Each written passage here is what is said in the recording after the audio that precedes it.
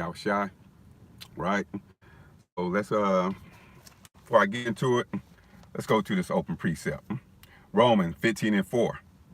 For whatsoever things were written aforetimes were written for our learning, that we through patience, lucky, and comfort of the scriptures might have hope.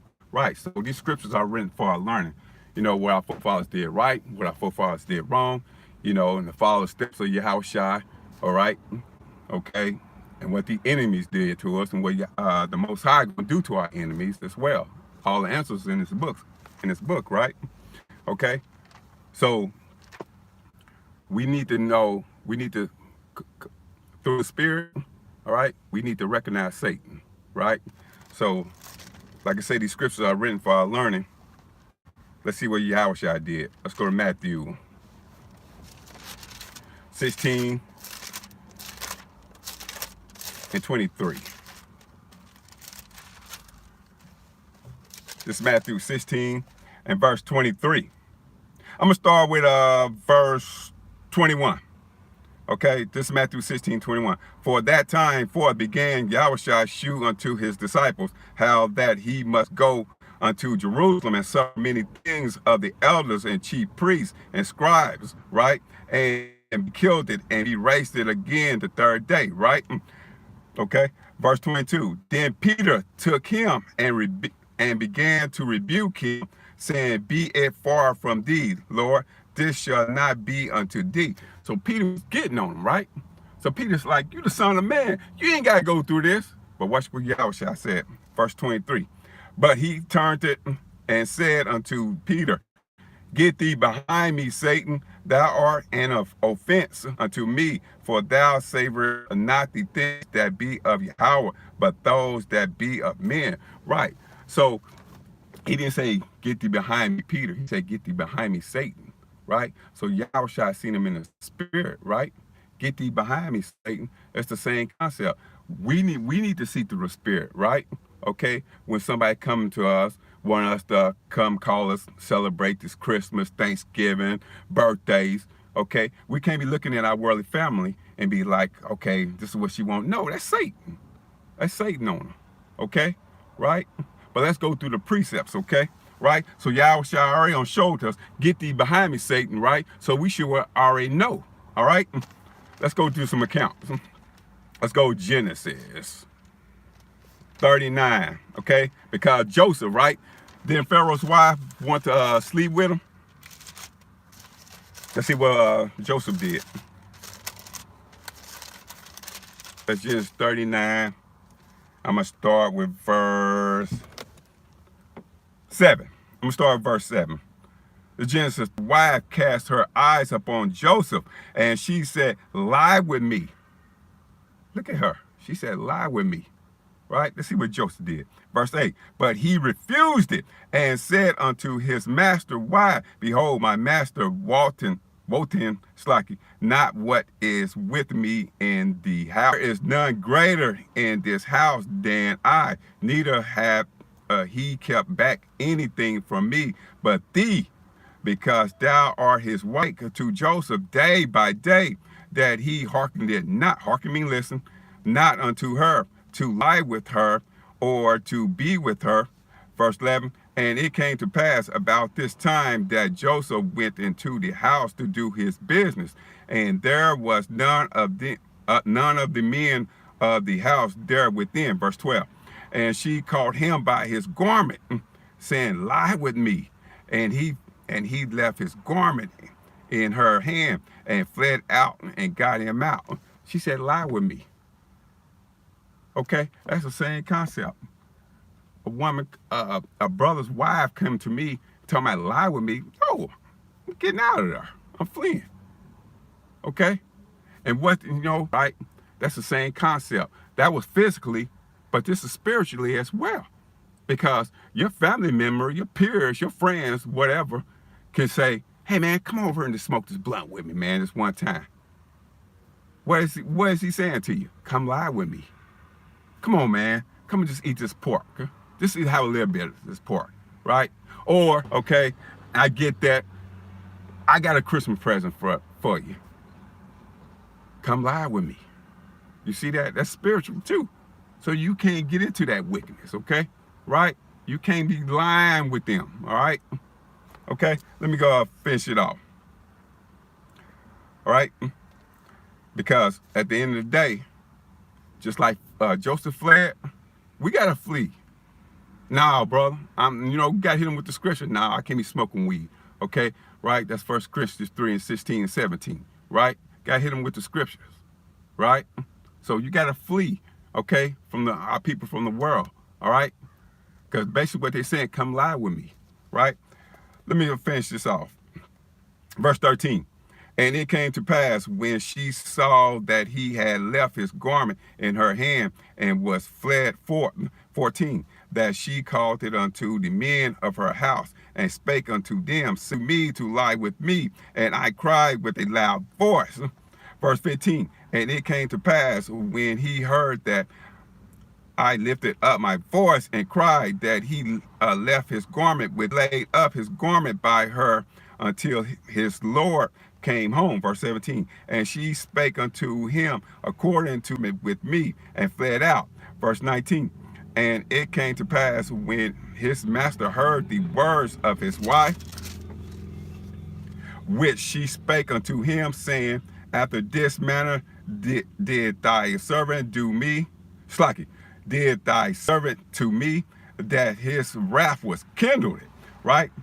Verse 20, and Joseph master took him and put him into the prison, a place where the king prisoners were bound, and he was there in the prison, right? So that was Satan on her. Satan know this is a heathen woman, okay? Right, he don't want her, he want Joseph. Then she try to get him to have sex with her, right? Joseph fled out of her, because Joseph kept in the law, statute, commandment. Satan knew that, okay? He don't want her. He want to get Joseph to go off. You know what I'm saying? Right? So, right. So Satan, if you don't want to celebrate, just come over and just hang out. If you don't want to celebrate, just come over and just hang out. Just come and chill with me, right? We'll celebrate. You just come over. They tell no, you can't be partakers in them sins, right? Okay? So it's showing you scriptures that Satan was on her. But I already went to start off with Matthew 16:23, where Yahweh said, get thee behind me, Satan. It's not going to say that all the time. You got to be in the spirit when you hear things, people talk to you. Now, this is Satan right here, right? Okay? Right, let's get another one. Let's get another one, man. Let's go to 2 Samuel 6. Because then for the Lord with all his might, and David was girded with a linen ephod, right? Verse 15, so David and all the house of Israel brought up the ark of the Lord with shouting and with sounds of the trumpet, right? To the city of David. Michal, Saul's daughter, looked it through a window and saw King David leaping, and Dan had pitched it for it. And David offered a burnt offerings and peace offering before the Lord. Verse 18, and offering burnt offerings, Slaki, and peace offerings, he blessed the people in the name of the Lord of hosts, right? Verse 19, and he dealt among all the people, even among the whole multitude of Israel, as well to the women as men, to every one a cake of bread. He gave him a cake of bread and a good piece of flesh, right? And a flagon of wine. So all the people departed, every one to his house. Here you go. Verse 20. Then David returned to bless his household, Slaki. And Michal, the daughter of Saul, came out to meet David and said, how glorious was the king of Israel today, who uncovered it himself today in the eyes of the handmaids of his servants, as one of the vain fellows shamelessly uncovered it himself. Right. So she was kind of, man, she was in her feelings, getting emotional. All right. And she's like, you know how you blacks and Spanish name Mary Simon y'all get jealous? Mm-hmm. Yeah. Glories to the king today. I seen how you were looking at them other women, right? So Satan was on her. Okay? Right. But did David stand up? Did David fall down? Watch this. 21. David stands his ground. And David, verse 21, and David said unto Michal, it was before the Lord which chose me before thy father and before all. I'm gonna dance before the Lord. I'm gonna dance before the Lord. Okay, right. So David had to check her, right? But the concept is Satan was on her. Okay, it's not gonna. Satan was on her. Okay, it's not gonna say it all the time. Matthew 16:23. I'm gonna just keep reminding you. When Yahushua said, "Get thee behind me, Satan," it's not gonna say that. You gotta know. You gotta see in the spirit. All right. Now, when you read on down, it tell you Michal didn't have no kids. Okay, the Most High, the Most High didn't let her have many kids. Okay, right. No, for her doing that. Okay, right. So let's go to Mark, because when Yahushua was getting he was on the cross, right, and they was getting on him, right. Who was that? Who was they getting on him? Let's go to it. See, when I read the scriptures, hey man, I try to get into this thing. I try to just read the paragraphs. It's like, damn, okay, this is a precept right here. Okay, when somebody going off, like, okay, man, that was Satan on him, etc., etc. You know what I'm saying? Right. Let's go to Mark 15, and I want 20. I'm gonna start at 25. It's the third hour. That means 9 a.m. Okay, right? And they crucified him. Of his accusation was written over the King of the Jews, 27. And with him they crucified two thieves, the one on his right hand and the other on his left. Verse 28. And the scripture was filled, which said, and he was numbered with the transgressors, right? 29. And they that passed it by railed it on him, wagging their heads, and saying, thou that destroyed the temple and builded it in 3 days, right? So, you know, if you read John 2 and 19 and 20, the second chapter, 19 and 20 verse, you know, they said, we built this building 46 years, and you gonna raise it up in 3 days? But they didn't have no understanding. He was talking about his body, right? Okay, so now they hard getting on him, okay, right? But this is Satan right here, all right? That's verse 30, man. That's Satan, right? 32. Let Christ, the King of Israel, descend now from the cross, that we may see and believe, and they that were filled, right? That was Satan on him, okay? That was Satan on him. That's when y'all read that, y'all gotta be like, okay, yeah, say the chief priests and all that, but that was Satan trying to get him to come up. So let's get another one. Oh, I'm not gonna tell him that at work. That'd be foolish, okay? Then like maybe 5 or 6 months, somewhere around there, he came again to me. It's like, man, I know you don't work Saturday, man, but I just had to ask you. I was like, nah, man, I got a life, man. I got a life. I said it with a smile again, but I said in the back of my head, get thee behind me, Satan. I see you, Satan. Right. Y'all gotta see these things, man, through the spirit. Okay? It wasn't that boss man, it was Satan. It was Satan. Okay? Right? Let me go to Judges. Go 16. Go 16. I want 16 and verse. Judges 16 and verse 16. Hey, another one, another concept I experienced. When I go back home and teach, right? My nephew, when I say my nephew, we're the same age. We 4 months apart. I'm 4 months older than her. Me 4 months older than him. It's like, right, mom and daughter pregnant at the same time. So he came up there when I was at camp in my hometown. He was drunk. He's like, man, you cut everybody off, man. Man, you don't mess with nobody, man. We miss you. Now, did I correct him with the scripture? Yes. But did I say, get thee behind me, Satan? No, but I seen it. That wasn't him. That was foolishness. So I hold my peace. I just listened to him. He was drunk. I seen it. It was Satan. You miss me? No, I see you, Satan. You trying to get me come back in that world. But he can't see that Satan.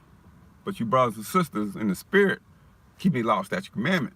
When y'all family member come to y'all, sorry at me, but that's all I seen was Satan, man. But I held my ground. I wasn't going back in that world, Lord willing. Okay? Right. But let's go Judges 16 and verse 6. I want to start with verse 16. Yeah, okay. Judges 16 and 16. And it came to pass when she pressed him daily with her words and urged him so that his soul was vested unto death. Verse 17, that he told her all his heart and said unto her, there had not come a razor upon my head, for I have been a Nazarite unto Yahweh from my mother's womb. If I be shaven, then my strength will go from me, and I shall become weak and be like another man. Right? Verse 18, and when Delilah saw that he had told her all his heart, she sent and called it for the lords, of the Philistines, saying, come up this once, for he hath shewed me all his heart. Then the lords of the Philistines came up unto her and brought money in their hands, like 19. And she made him sleep. Let me read that again. And she made him sleep upon her knees, and she called it for a man, and she caused him to shave off his 7 locks of his head. And she began to afflict him, and his strength went from him. Verse 20. And she said, the Philistines be upon thee, Samson. And he awoke out of his sleep and said, I will go out as others. Will go out as at others other times before. Commandments. It's the same concept today. Okay?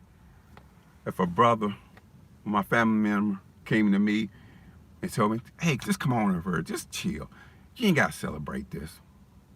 And I go over there, being a simp, not using no knowledge, wisdom, understanding, and go over there, kept trying to go back in that world. Let them get you, come and celebrate that Christmas, thanks. And you think in your head, I'm just gonna go there for a second, then I'm gonna come back. Guess what? The Most High don't left you, right? So I'm not trying to go. All right. This is what we all should be doing. This truth. Let's go to Hebrews 11 and verse 24. Let's see what Moses said. It's Hebrews 11 and verse 24. By faith, Moses, when he was come to years, refused to be called the son of Pharaoh's daughter. Right? Verse 25. Chosen rather to suffer affliction with the people of Yahweh than to enjoy the pleasure of sin for a season. Right? So why would I want to go out there and enjoy that wickedness for a little season? This place is going down so fast. I go out there, boom, here we go. World War III on jumped off. Jacob Trouble on jumped off. You know what I'm saying? Now I'm trying to get my friends to get back in this. The Most High don't left me. So I'd rather do affliction with, the brothers in this truth. For a pleasure, pleasure of a sin for a little while. Right? So you brothers and sisters, y'all stay strong. Okay? Like I say, they don't call me. My family member don't call me. Hey man, I stand on business. You know what I'm saying? I hit them with the scripture, let them know. You ain't gotta be hollering at them, talking, being mean. Just break it down to them in a nice, calm voice and scripture. This is why I don't do that. Right? But when I go to my hometown, my family member, they know they'll come up there. I give them a hug. Hey, how you doing? Whatever. Guess what? Right? I didn't want to make this long, all right? But the concept, y'all gotta know when Satan's coming. You hearing your cousin, your brother. Hey man, it don't matter, the brother in the truth. The brother in the truth, I'm talking to him, whatever. I got to see through the spirit. I got like, wait a minute, this is Satan right here. Right, it's just not about your worldly family members. Right, Satan can jump on me, he can jump on y'all, he can jump on anybody. Right, you just got to see through the spirit. Right, so, but like I say, when your family is coming to y'all, whatever, you know, trying to get y'all indulging that foolishness, you know what I mean? You just guys like, nah, man, this is Satan. They don't know it. They don't know it's Satan on here. They think they calling you, trying to get you to come do that, but that's Satan. Right? But anyway, I ain't want to make this long. All right? Brothers and sisters, y'all stay strong in the spirit, all right? All right?